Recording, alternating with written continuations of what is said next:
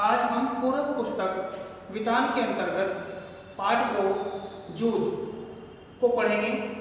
इसमें लेखक ने अपनी आत्मकथा लिखी है। यह एक चर्चित उपन्यास है और इसमें लेखक ने यह बताया है कि बचपन के दिनों में किस प्रकार पढ़ाई के प्रति उसने संघर्ष किया, किस प्रकार अपने पिता को पढ़ाने के लिए राजी किया, जो उसको स्कूल नहीं भेजते थे और सारा दिन खेतों का काम कराते थे। इसी क्रम में कहानी जो उपन्यास है वह इस प्रकार से है कि आनंदा को बचपन में अपने पाठशाला जाने की बात याद आती है।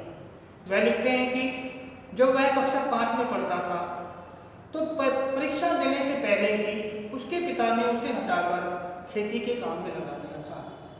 जहाँ पर वह कार्य करता था, अर्थात जहाँ पर खेत थे, पास में ही स्कूल था।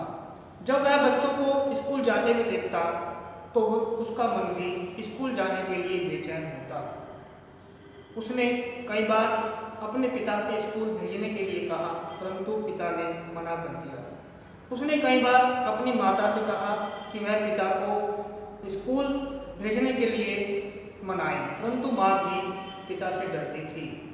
एक दिन जब आनंद की माँ कंडे बात रही थी, तब वह माँ के कंधे पर चढ़कर बोला कि माँ कुछ ऐसा करो जिससे मेरे बाबा मुझे स्कूल भेजें। दोनों एक योजना बनाते हैं और गांव के मुखिया दत्ता जी के पास जाते हैं और पूरी बात बताते हैं। तब गांव के मुखिया दत्ता जी राव उसके पिता को वहां बुलाते हैं और खूब खरी खोटी सुनाते हैं और कहते हैं कि तू सारा दिन गांव में की गलियों में इधर उधर घूमता रहता है और जो ये बालक है वो खेती का काम में लगा रखा है तूने, इसलिए तू इसको आज स्कूल भेज। अगर तेरे पास फीस देने के लिए पैसे नहीं हैं तो इसकी फीस मैं दूंगा। यह सब कहकर उसको उसके पिता को आनंद के पिता को फटकार लगाई जाती है और डांट भी लगाई जाती है। वहाँ पर तो दत्ता जी राव के सामने तो उसके पिता सब कुछ स्वीकार कर लेते हैं और घर में आकर आनंद को खूब डांटते हैं और कहते हैं कि मुझे पता है कि तू पढ़ लिख कर बालिस्टर बनने वाला नहीं है। इस पर वह उसके सामने एक शर्त रखते हैं कि तू स्कूल तो जाएगा, लेकिन छुट्टी से पहले और छुट्टी के बाद तू खेत में काम करने आएगा।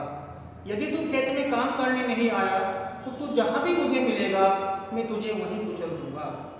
इस प्रकार आनंद ने यह शर्त खुशी खुशी मान ली और वह सुबह उठता, स्कूल जाने से पहले खेत में काम करता, फिर स्कूल जाता, उसके बाद स्कूल की छुट्टी होने के बाद सीधे खेत में जाता और वहाँ पर वह कार्य करता। इस प्रकार वह स्कूल जाने लगा। उसकी कक्षा में कुछ एक दो छात्र ही ऐसे थे जो उसको जानते थे, बाकी उसकी कक्षा में कोई उसको नहीं जानता था।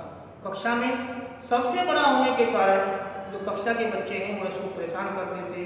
कोई उसकी धोती खोल देता था, कोई उसका गमछा फेंक देता था।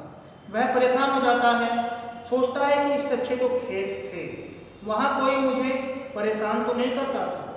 परंतु उसने सोचा कि यदि इस बार स्कूल छूट गया तो दत्ता जी राव भी बात को नहीं मानेंगे और मुझे पढ़ाई बीच में छोड़नी पड़ेगी। इसलिए उसने सब कुछ सहन किया और वह एक कक्षा में बसंत पाटिल नाम का होशियार बच्चा होता है, उसके साथ बैठने लगा और धीरे धीरे वह गणित के सवाल भी निकालने लगा।